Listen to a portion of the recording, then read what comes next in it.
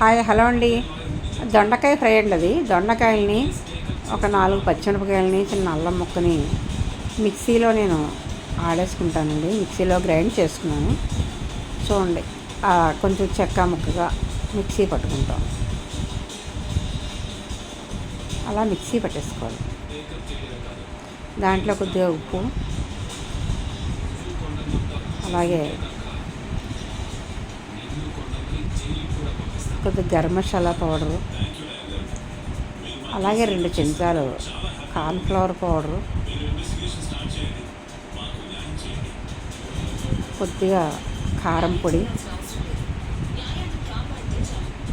వేసుకుని మొత్తం కలిపేసుకుంటామండి.